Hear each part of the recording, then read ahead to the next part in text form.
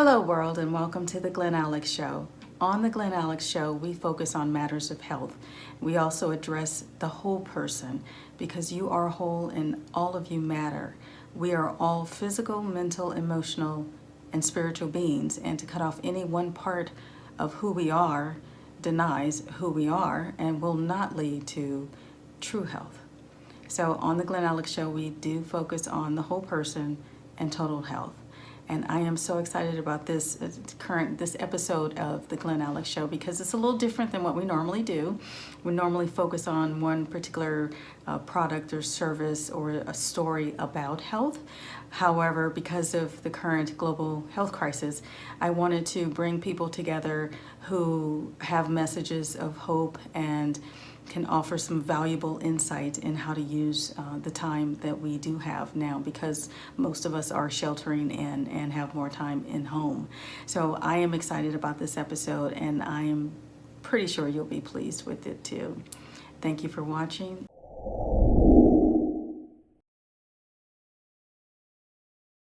Hi, Patrick. How are you? I'm good. I'm thrilled to be on your show today, Glenn. Thank you. Oh my gosh, I'm so excited that you were able to make some time for us. So thank you, thank you, thank you. I want the audience to meet you. This is Patrick Snow, best-selling author, my writing coach. Without Patrick, living in total health would not be. So I'm very excited that you all get to meet him. He is a best-selling author. You've written 5, 6 books.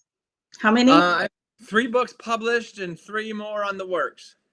Oh, congratulations. Congratulations. Patrick is also a speaker. He is a fabulous speaker internationally, a writing coach, author, best-selling author. And what else did I miss? All of the above. It all works. I'll take it. Thank you. Okay. All right. Well, thank you for helping me connect with the people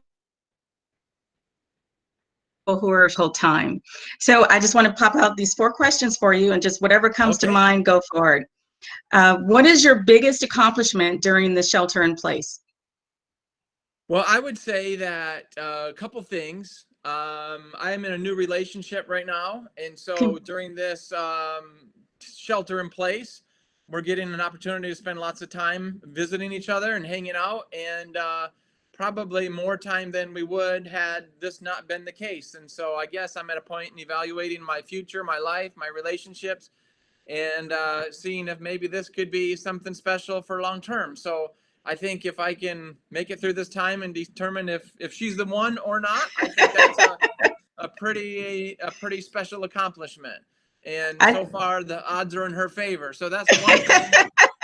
That's one thing that I'm doing. A second thing is that I am focusing on my health and my wellness. okay. I've always been a health and wellness advocate, and so I took some advice a long time ago from a doctor, and I've been sleeping on the wrong side, on my right side, and as a result of that, over 30 years of sleeping on the right side, that's caused my stomach to kind of move up into my esophagus a little bit, Oh, which has wow. given me a bit of acid reflux or GERD. Okay. And so I'm doing everything I can to overcome and beat the acid reflux. And Oh, so okay. doing going to chiropractic and having my stomach move down and completely eliminating sugar and carbs from my diet and cutting back on some of the massive extensive exercise that I was doing, because when you exercise too much, it creates a little bit too much acid.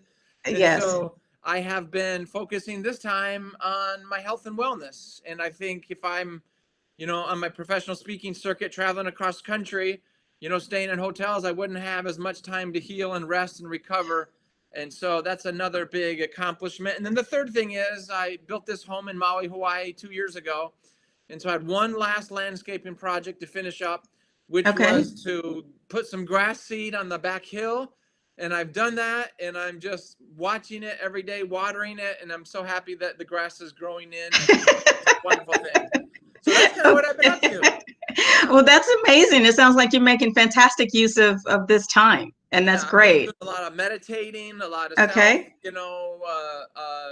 just healing, meditating, prayer, Those are affirmations, huge. you Yeah. know, self-care. I have not been watching the news. I have no clue what's going on, and I don't want to waste my time with that. So Okay. I would tell all your listeners too to turn off the TV and get outside. So Hiking and Okay. biking and walking, those are all good things. Yes, they are. Yes, they are. What is the first thing you'll do after the shelter, when stores and society reopens? You know what? I probably would start going out to some of my favorite restaurants. I've not been a very good cook in my life. And so I've oftentimes, as a single person, I've eaten out a lot because I find it Right? easier and cheaper to eat out than to cook in. Yes. But I think this time has forced me to become a better cook. And as Okay. such, I believe the first thing that I'm going to do, I'm going to go out to some of my favorite restaurants. Okay, that sounds good. So you've been working on your health. Is there just a message of a healthful message or a helpful message that you just want the world to know right now? Well, you know what? You can look at this and you can argue that, you know what, this is the Democrats and the state Democratic, governors, trying to stall the election and have mail-in ballots and trying to get Trump out of office and try to crush the economy so the Democrats have a chance with the nomination. I can't stand politics. I'm not Democratic or Republican. God is my president. And so Okay. I have a degree in political science. And so I can't stand politics and the hatred and the fear mongering and the divisiveness and all of that. So you could say that. You could say it's 5G technology. You could say it's China and it's apocalypse. And you could say it's all of these things. And I wouldn't be surprised if there's a little bit of truth in all of All those of things. that. Maybe it's depopulation. Maybe it's the pharmaceuticals now evolving to be more of a vaccination type companies instead of the toxic pill type companies that have been in the past. I'm sure all of it is true. But the point of it is, my grandmother taught me a prayer when I was a young man, and that was the serenity prayer. And that is, God, grant me the serenity to accept the things I cannot change, to change the things that I can, and the wisdom to know the difference. And I Yes. firmly believe in our modern society of chaos that we live in this world, there's only two energies. And the energies of this planet are that of love, by love, for love, of God's love. And there's all that which is not love. And so my advice to people is to, instead of choosing fear and anxiety and panic and drama and resistance and big government, choose love. Choose And when love. you choose love and know that God's in charge, and know that, I think it was Eckhart Tolle says that the past does not exist, the future does not exist, only the present moment exists, followed by one additional moment after another. And in this very moment, both Glen Alex and Patrick Snow and everybody listening to this podcast right now today, we are perfect, we're healthy, we're wonderful. So that was the Reverend Dick Gregory who said this, that fear and God cannot occupy the same The same space. space. So choose love, choose faith over fear, and we'll all get through this. Okay, that's amazing, amazing advice. And thank you so much for your wisdom. I know you have to run, but before you take off, just tell people how they can contact you if they're interested in writing their own book or want to hire you to speak. Well, if anybody's interested in writing a best-selling book, becoming a life coach, business coach, entrepreneurship coach, or becoming a best-selling published author, I'd be honored and thrilled to offer any of your listeners a complimentary, no obligation, 30 to 60-minute writing, publishing, book marketing, professional speaking, or even coaching consultation by phone or Skype or Zoom. And the best way to reach me is to send me a text on my private cell phone number, and that is 206 310 1200. Again, that's 206 310 1200. Make certain that you let me know your name and your time zone, and that you heard me on the Glen Alex Show. And that way I can let you know. So that'd be great. And my speaking website is patricksnow.com. And then my publishing website is thepublishingdoctor.com. All three words, all spelled out. Okay, fantastic. Thank you so much, Patrick. Much health and love and light to you and to your family. God bless you, and you as well. Thank you. Be well.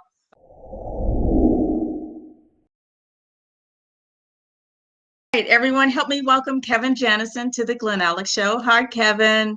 Hey, Glenn, how's it going? It's going pretty good. How is it going for you? I'm doing very well, but if I've got a lower back issue, how am I going to get you to handle that here? No, I'm an old man, and Wait, osmosis. yeah, is that how it works these days? It's going to have to. It's going to have to. Well, thank you so much for making time to do this with us. My pleasure. And just go ahead and introduce yourself, please. Tell everybody everything you do. Well, I'm Kevin Janison. I work here at Channel 3, which is my little corner office right here that we're preparing the afternoon weathercast for. Work on the 5, 6, and 11 o'clock newscast.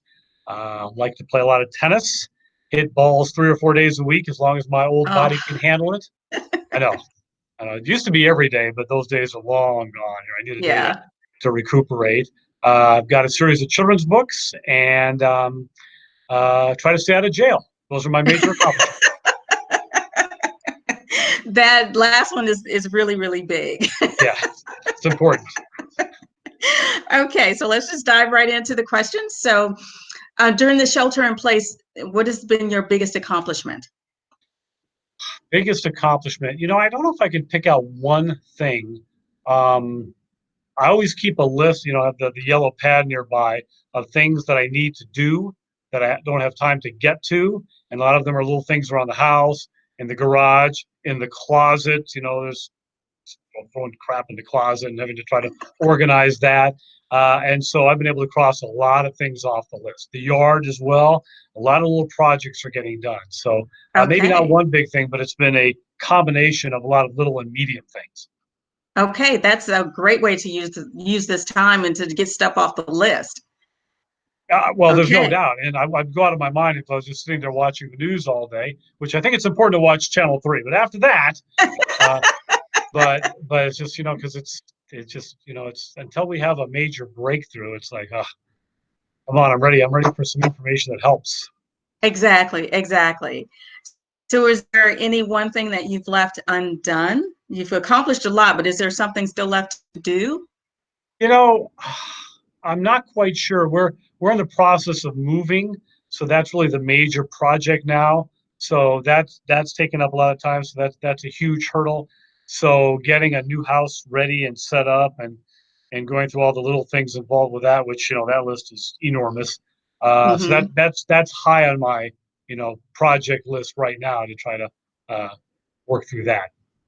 Okay, great. After the shelter in place is lifted, what is the first thing you're going to do outside of the house? Well, I'm going to hit some tennis balls, number one. Back to Darling, back to center court. And just for the record, the Foley's have been great about letting me play on center court at Darling. And of course, pay the fee and everything like that. But what I like about that center court, it's not because there are 3,000 screaming empty chairs rooting me on. It's because when I hit the ball, there's an echo, and it's like, man, it sounds like I'm hitting the ball a lot harder than I'm actually hitting it. So, you hit the ball, you got that echo. Oh, man, was that me? I must really be cranking that ball. Oh, I love center court because it sounds like, not that I'm hitting it hard, but I'm hitting the sweet spot.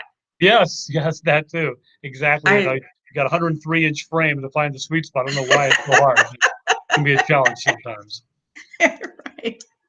Okay, that's a good answer. Tennis, yes, for sure. So what healthy or helpful? Well, let me add too. I want to get out and just go out of town for a weekend. I want to be able to do something. Okay. Just, new surroundings, just to sort of decompress with new scenery just for a weekend. Because now you think about going somewhere and there's really nowhere you can go. You can't stay in a hotel anywhere. So that's on the list too. I don't know if we'll be able to pull that off, but maybe I can dream a little bit and that can happen as well. Hopefully it'll happen sooner than you think. So I'm the eternal optimist. I'm thinking the end of May we might get lucky. Oh wow, you're more optimistic than me. Yeah, we'll see. I was thinking July. Whoa, really? Really? No, we've got to. Well, no, I mean before the hotels are ready. Not that we'll be under restriction till then. How about Las Vegas hotels? And anywhere in the country, pretty much. Yeah. Well, I think some parts of the country will open earlier, depending on where they are and flattening their curve. Here, my guess would be probably end of May. I know Treasure Island's already booking rooms for May 15th, but I'm not sure that's going to happen. Yeah, I'm not sure either. So we can always hope, right? Exactly. Okay. So what message that is healthy or helpful do you want to share with everyone at this time? The only thing that what I try to do for myself is try to live as normally as I possibly can, which it's virtually impossible to be perfectly normal in these days of insanity, the way it's turned. But I try to go about my routine as close to as normal as I possibly can, just for my own sanity. Can't do everything normal. Station's been great. We have normally 120 people working in this building, but now there's no more than 6 or 8 in here at any one time. So it's easy to stay distanced. It's easy for us to do our job, knock on wood. Nobody's tested positive. So I can at least, I'm fortunate enough that I can come to work. I know not everybody has that opportunity, but I'm fortunate enough that I can do that and try to keep a routine going. Okay. I do a lot of school visits, as we had talked about in the past, and of course those were canceled abruptly and even out of town because I was going to visit some schools with author presentations in St. Louis, and that was canceled. So now I'm more shifting into planning for next year. And we're all hopeful that once we get to Right. next fall, everything will be closer to normal, if not normal. But I don't know if that's going to require a vaccine or a cure or something between now and then. But that's where what I'm doing is trying to stay focused on down the road, but also day to day, try to be as normal as I possibly can with my schedule. Okay, that is a great message. Okay, thank you. Thank you again for your time. Do you want to flash your book? Because I want you to tell people how to reach you. Well, it's a children's book. Can I flash a children's book? Mr. Rogers could, I'm sure. There's 4 of them down here. I think I've got a couple of the copies down here. But these started out as bedtime stories I used to tell my kids when they were younger, and they just sort of grew antlers. And it's been pretty cool to watch that process. And I've actually done author presentations now in 14 states, which is pretty darn cool, considering where we started. It's not like, and no misunderstanding at all, I'm not quitting my night job. It's not like it's a lucrative thing. I just have a lot of fun doing it. I do these author presentations where I have the books memorized, so I story tell. I walk around and tell the story. Then I have a very interactive presentation with the students on the importance of reading, and then I take them on a journey through the publishing process so they can see it from the very beginning, from the outline to my writing, to the editors hacking my writing, to me hacking the editor's writing, then the illustrations, how they evolve through the process, and why the illustrations have changed. They get to guess. It's very interactive. And by the end of the presentation, they're all screaming out answers and everything. We have a lot of fun, a lot of energy burned, but I have a good time doing it. So it's unfortunate. It's always very warming to know that these communities are inviting me into their schools. And it's a great thing that you're doing, and I was privileged enough to witness it, and I was amazed at how you kept the young, active, energetic, boisterous kids engaged and paying attention to you and participating appropriately. It was really cool to see that. That's a challenge, but it's worked out pretty well. So I appreciate you saying that. Well, I mean, you did it with ease. I mean, and it was just so impressive. So people, please reach out to Kevin. You know what? And actually, it just popped into my head that now would be a good time to get your book to keep the kids busy while they're at home. The publisher would never argue that. So definitely, they can always go to deputydorkspace.com. They can see all about the books. Okay, fantastic. Shameless plug. Thank you, Glenn. You're welcome. And if anyone has any other questions for you about the weather, tennis, or your book, is there another way you'd like them to reach you? Oh, yeah, they can reach out. They can go to our website at news3lv.com and find people, and there's a direct email there. Doing the social media thing. We'll put out a lot of information on Facebook and Twitter that we hope is not only informative, but entertaining and interesting. Little tidbits like you may not have known this. I learned this yesterday. Well, I'll ask you this question. If you didn't watch a newscast last night, any idea how much water Las Vegas is saving during this shutdown? Oh, probably a million gallons. 1 million gallons. That's not a bad guess. 48 million gallons every day. Every day. Oh my gosh. And that's just from the fountains at the casinos, right? Pretty much. You figure 155,000 hotel rooms. But when I put that information out, we're all thinking of the Strip, that's where the water is being saved. I'm sure, and it's actually 15% of the normal water usage we're saving. But so, yes, it's the Strip, but people may have turned their sprinklers off during the rainy periods. But I got a lot of responses of people saying, hey, I'm working at home. I'm not showering every day. Okay. Oh, okay. Maybe too much information, but that's probably adding to it as well. I'll never admit to that. All right, Kevin. It's always fun to talk to you. Thanks, you so much. My pleasure. Okay. Thanks for having me. Okay. Health and wellness to you and your family. Back to you. All right, thank you.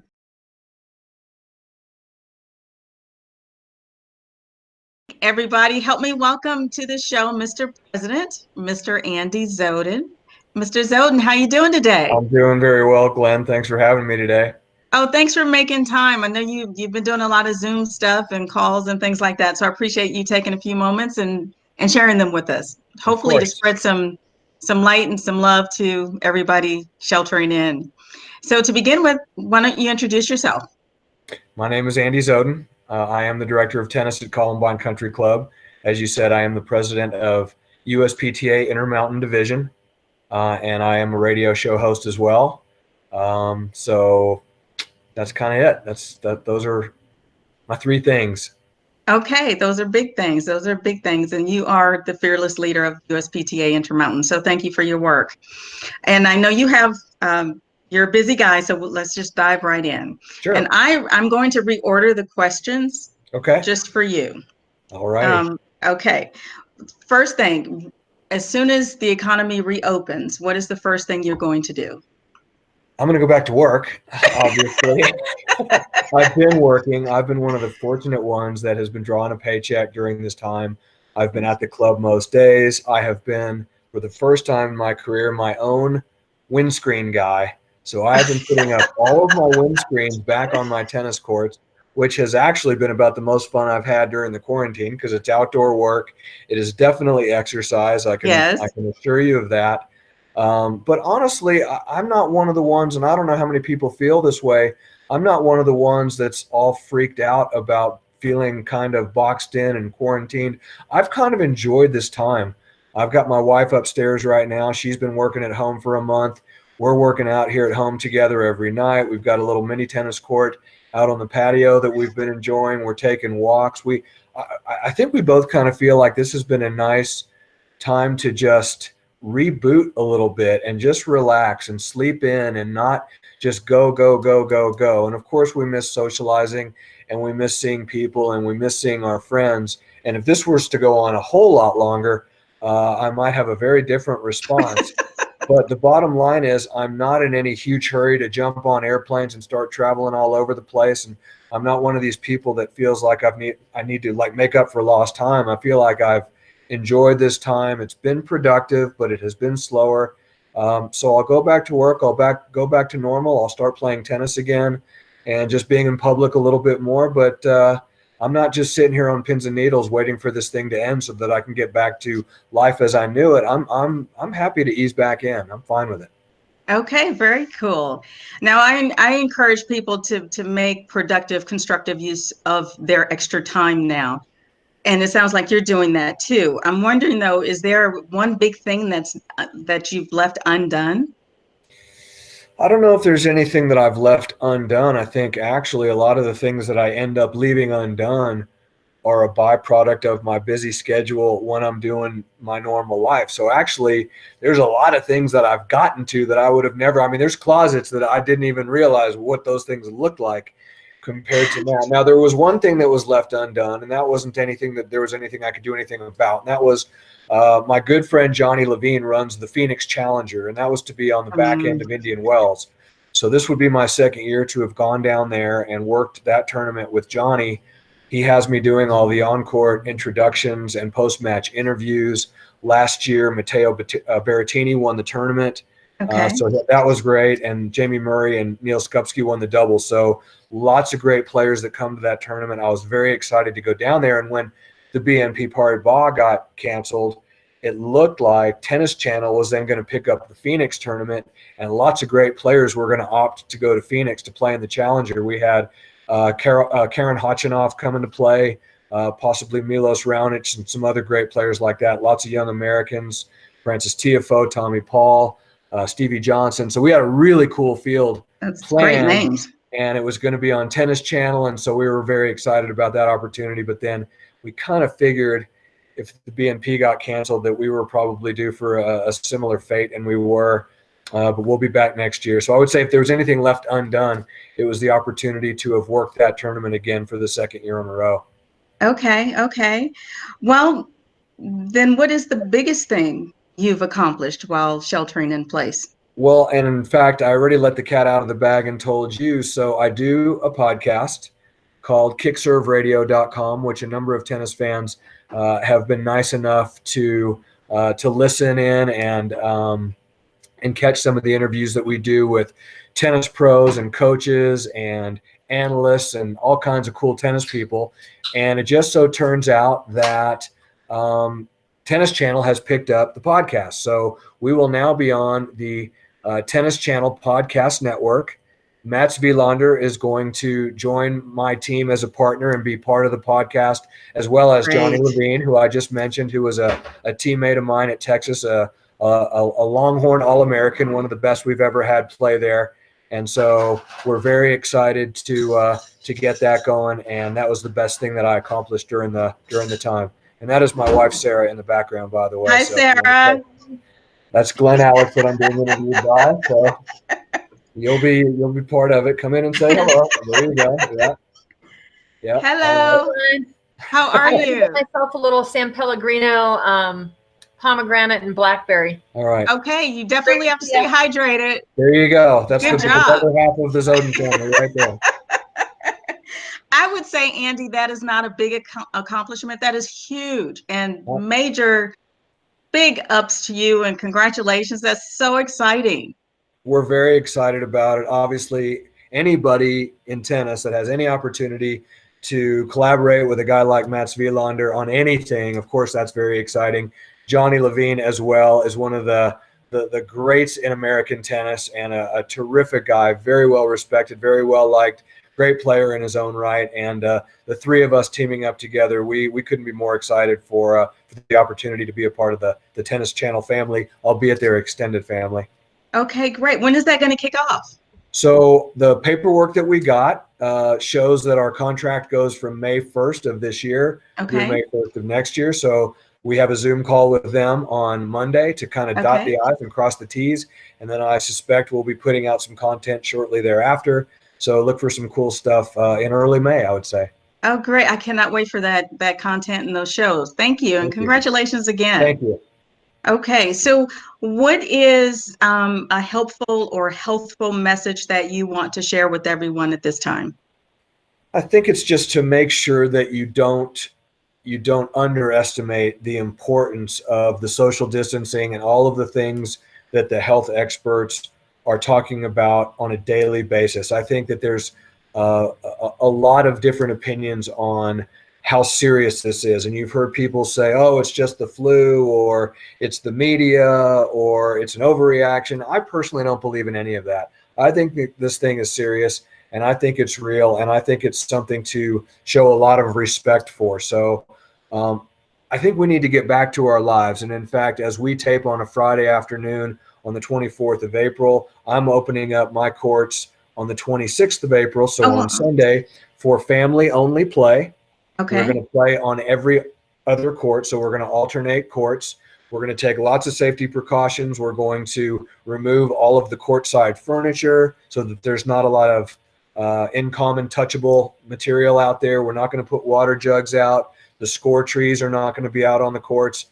Okay. We just want you to come and play with your family, get an opportunity to get some exercise and get out and sort of baby step our way back into normalcy. But I would just say continue to exercise in a safe manner. If you're fortunate enough, like we are, to have an area where you can set up a little Nerf ball mini tennis court in the backyard and do something fun like that, take this time to do some of the things that you wouldn't do otherwise. But make sure that you don't get lazy, don't get careless, and don't underestimate the severity of what we're in the midst of right now. Okay, the very, very wise words. Thank you for that. Now, how can anyone reach out to you if they want to follow your podcast or get some tennis tips from you? Well, the podcast is kickserveradio.com. Okay. You can leave messages there. You can go there and catch, I've been on the air doing this podcast for over 4 years, and there's lots of great content on there. There's actually a recent podcast that I did a segment with Mats Wilander. The one that I did right before Mats was with John Isner, and that's a real entertaining one as well. But there's lots of great people on there, and So it's a lot of fun, and you can leave messages and get a hold of me that way, or to contact you directly. You can certainly give people my contact information, or Okay. hit me up yourself and tell me, hey, so and so would love to connect with you, and I'll be happy to chat with anybody. Okay. Sounds Well, great. Anybody within reason. Well, thank you so much for your time, Mr. President. I appreciate you.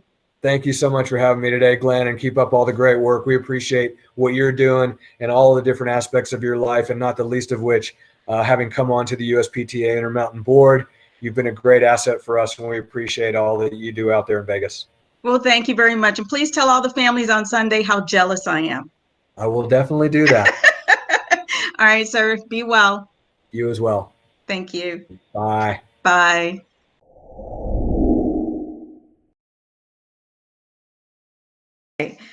Please help me welcome my very special guest, Mr. Clint Holmes, who is one of my all-time favorite entertainers. I love his voice. I love his enthusiasm. I love his passion for music and how engaging he is on stage. So I am super excited and super privileged that he took a few moments to spend with us. Thank you. It's good to see you. Good to see you. I wish you were on the tennis court. Oh, seriously. We'll definitely have to make up for lost time. Yeah, absolutely. I miss it so much. Yes, yes. So is there anything you want everybody else to know about you that I didn't mention? Oh, God, no. Well, just what we're all going through right now, which is this craziness. And for we who live in Las Vegas, we who are entertainers in Las Vegas, it's a very trepidatious time because we don't know what's next. I mean, literally don't know what's next for us. I can't imagine how scary that is for you. I'm in healthcare, so I'm fortunate enough to be considered essential. I work from home a few days and then a few days in the clinic. However, if my livelihood depended on me being in front of people, then I can imagine how frightening that is right now. Yeah, believe me, I'm not just me, all of us, all of my friends, it comes, what was it, March, I guess. And all of a sudden, all of the, whatever work you had in April, May, June, just was, okay, that's gone, Yes. Let's see how July is. And now we sit here almost in May and you go, I doubt that we'll be, performing in July, August, maybe the fall. And then they talk about there could be a reoccurrence in the fall. I mean, so literally we sit here going, when will we work again? When will there be another contract, another check, another opportunity to perform? So it's frightening, but we're all kind of positive by nature. So we stay the course and do the best we can. Okay, well, I appreciate you, and I appreciate all of you actually, and can't wait for all of you to share your talents with the world again. Yeah, we can't either, believe me. But the other side of that, of course, is when we see what's going on out there, and people like you, people who are in the front line, putting themselves literally in danger of becoming very ill every day, day after day. I think it gives those of us who are worried about work, that's serious too. But right now, at least our lives aren't threatened, and that's why, the simple task of staying home, staying away from it, or when you do have to go out wearing a mask and being protective of yourself and others, just seems such a small price to pay to help get through this, It seems so simple. Just the basic things can keep us all pretty healthy. So I agree with you. Yeah. So can I just throw out some questions at you? Go. Okay. What is your biggest accomplishment during shelter in place? On two things, maybe three. Okay. Being home, I've been on the road a lot, like many performers, a lot of time on the road. So when I'm on the road, I'm oftentimes lamenting the fact that I'm not at home. And I'm like, oh my God, this is great, and I'm loving being in New York or wherever I am, but I'm not home. So being home, being with Kelly, being home with Kelly, being home with my little dog, taking her for walks 3 times a day. So I think that being home is a big deal for me, and probably for a lot of touring professionals or anybody who's not home. That's one. Two, I've managed to be creative. I've been writing and working on a theater piece, a one-man musical, off and on for years, and I took this time and I finished it. And nice. And so I'm getting ready to register that with SAG with the unions, and then hopefully, whenever we start to open up, I'll be able to go towards that. So that's two things. And the third thing is I've always loved cooking, and I never have time. Who has Okay. time? You know what I mean? Right. So I've been literally 6 out of the 7 nights a week I've been cooking, and Kelly and I have been cooking together, and that's really been fun. Okay. Yeah. What's your favorite dish to make? Oh boy, you know what? I made 2 dishes that were great. We've been happy with everything, but Easter, my tradition in my family from the time I was a little kid was we would have a lamb, and I made a rack of lamb that was just killer. Oh, I love lamb. Yeah, me too. And last night, I made some pork chops with caramelized onions, mushrooms, and garlic. That was phenomenal. Okay. You're gonna have to message me your recipes. My theory of cooking is if you have good ingredients, I mean, the little recipe I saw was for caramelized onions and pork chops, and I thought, well, that's great. And then I thought, well, I bet you mushrooms would be great in here, and garlic is good with everything. And so you put all that stuff in, and it's great. It was great.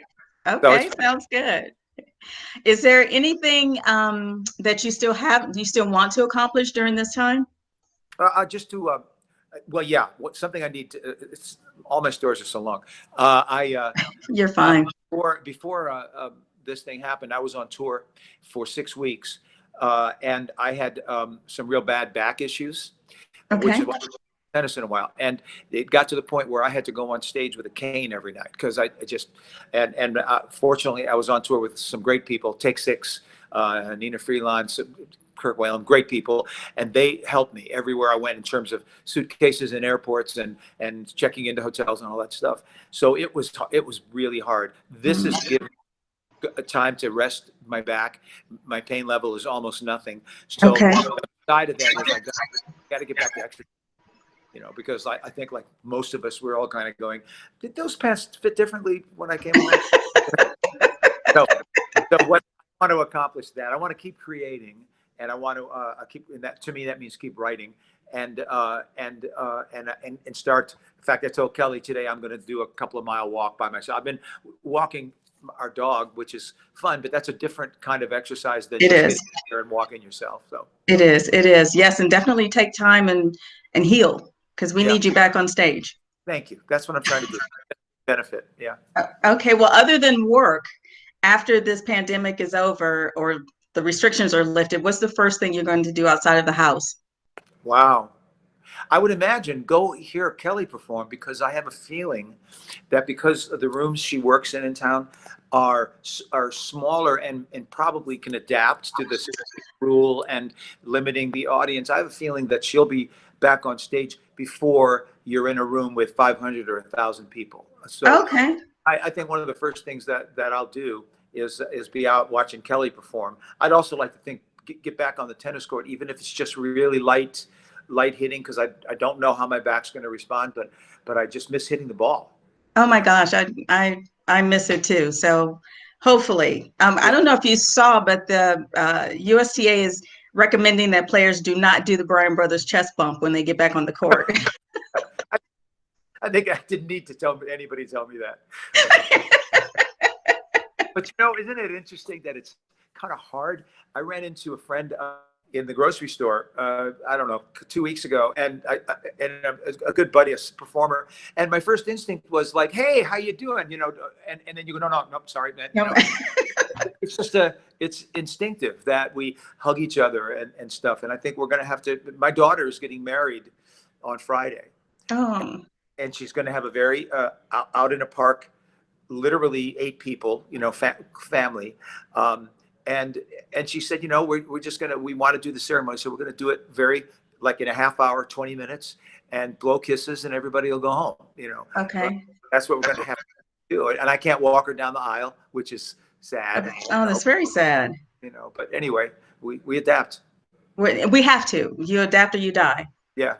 Right. Yeah. Okay. Wow. Well, congratulations to her. Thank you. Now, at this time, is there a healthful or a helpful message you just want to share with everyone? the nation is so nastily divided, you know, and it's hard to have conversations um, with even with close friends on one side or the other without it becoming uncomfortable and even angry. Yes. So I just think that while we're dealing with this, especially, no matter what we think of leaders, whether we really think they're doing a great job or we think they're doing a poor job, we need to discuss it on a level of what's going to work for us. You know, what's Right. the smartest way to, I mean, here, you know, Carolyn, our mayor wants everybody back, which obviously we all understand. We all want to get back. Right. And our governor is saying not so fast, you know. And so I think that you have to look at both sides and decide, like for me, I would always err on the side of caution. I mean, I'm not 27 years old, and Kelly has, you know, some immune issues. So for us, we're going to err on the side of caution. That's our personal decision. But I'm not going to get angry at people who you know, I'm going to get angry at people who want to just be reckless. Okay. But I understand the need to get back in the workplace. I think the worst thing that could happen to us as a city would be that we open up too quickly and suddenly 3 weeks after we opened, 400 people who are at the MGM Grand get hit with, and then everybody goes, oh, well, we can't go to Vegas. You know, I mean, I think that Right. we have to, that's a real thing we have to be careful of, because once people come back, we want them to feel like, okay, we were safe, we had a good time, and that'll help us get back faster, you know? And I agree with that. And as a local, I myself am not going to rush back out on the strip when it reopens. I'm going to wait a week or two and see how things go. Right. You know, But we have this great, incredible place that we live, that's so exciting to live in, and our community, the city has grown as an international city, and by that I mean Zappos and Smith Center and the Ruvo Brain Center and all of the great places that make us more than just a tourist destination. So we need to cherish that and get back in a responsible way, you know. Absolutely. Common sense, being responsible, being civil, and just having a meaningful conversation and a really well thought out plan. Yeah. I don't think there's any plan. And that's part of the frustration. I know that is part of the frustration, or at least not a plan that we can all go, okay, this is the plan. You know, Right. It's like, well, here's that plan, and over there's that plan, and then this plan, and then maybe people are ignoring it over here, and you go, I wish we were all just, okay, this is a plan, this is the plan, we may not like it, but this is the plan, and we need to go forward that way. It's not going to happen. Not that easily anyway, but No. we our own personal. Okay. All right, Mr. Holmes. Thank you so much for your time. Well, it's good to talk to you. It's good to see you, and never call me Mr. Holmes again. Oh, okay. Mr. Clint. When I see you on Central, you don't say Mr. Holmes. I do not. Clint, thank you so much for your time. I'm privileged. I don't know how else to say it, and honored that you would spend a few minutes with us. And thank you so much. Can't wait to see you and Kelly perform again. And please be well. You too. It's good to talk to you. Thank you. Bye. Bye-bye. Thank you for tuning in to this episode of the Glen Alex Show. I really hope you enjoyed hearing from some pretty powerful and caring men about how they are handling the global shutdown and how their families are coping, and the wisdom that they offered to help us best manage this situation, and the hope they offer for the new day to come. So please allow me to leave you with a nourishing thought about resilience. It's a live read from my book, Living in Total Health, the Personal Truth Chapter. I hope you enjoyed this nourishing thought, and until next time, be well.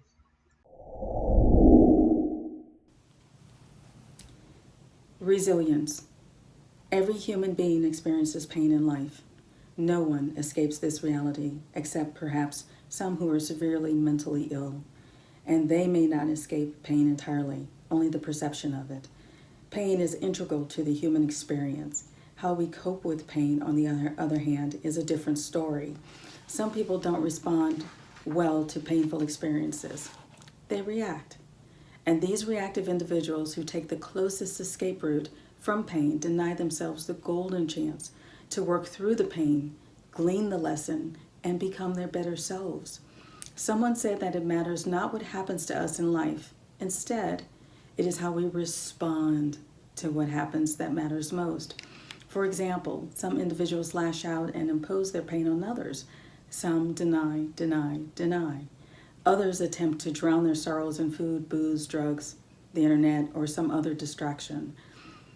Any of these reactions may ease the perception of pain for a spell, but they certainly do not fix anything or create opportunity for improvement. Resilience, on the other hand, quote, an individual's ability to properly adapt to stress and adversity, end quote, according to Wikipedia. Merriam-Webster.com defines resilience as the ability to become strong, healthy, or successful after something bad happens. And PsychologyToday.com says resilience is that ineffable quality that allows some people to be knocked down by life and come back stronger than ever. Rather than letting failure overcome them and drain their resolve, they find a way to rise from the ashes. Clearly, resilience is more than just surviving or dealing with problems. It is bouncing back and rising to a level higher than that prior to the issue. This malleability is about thriving, not just surviving. So what makes a person resilient? Psychologists have identified some resilience factors, including a positive attitude and optimism, and more importantly, the ability to regulate emotions and to see failure as a form of helpful feedback. Resilient people turn the tragic into a learning experience. They collect valuable information from their suffering so they may live better, be better, and move on and upward. Those who turn to substances and infliction don't move on to be better than their pained selves. Resilient people do. A personal history. When my friend and mentor, Alice Rogers, said to me after my mother passed in 2010, "You're the most resilient person I know," it hit home. Alice's words resonated with me. The perfect chord was struck in the rhythm of my psyche. Like Michael Jackson's perfect pitch and tone, Alice's statement was spot on.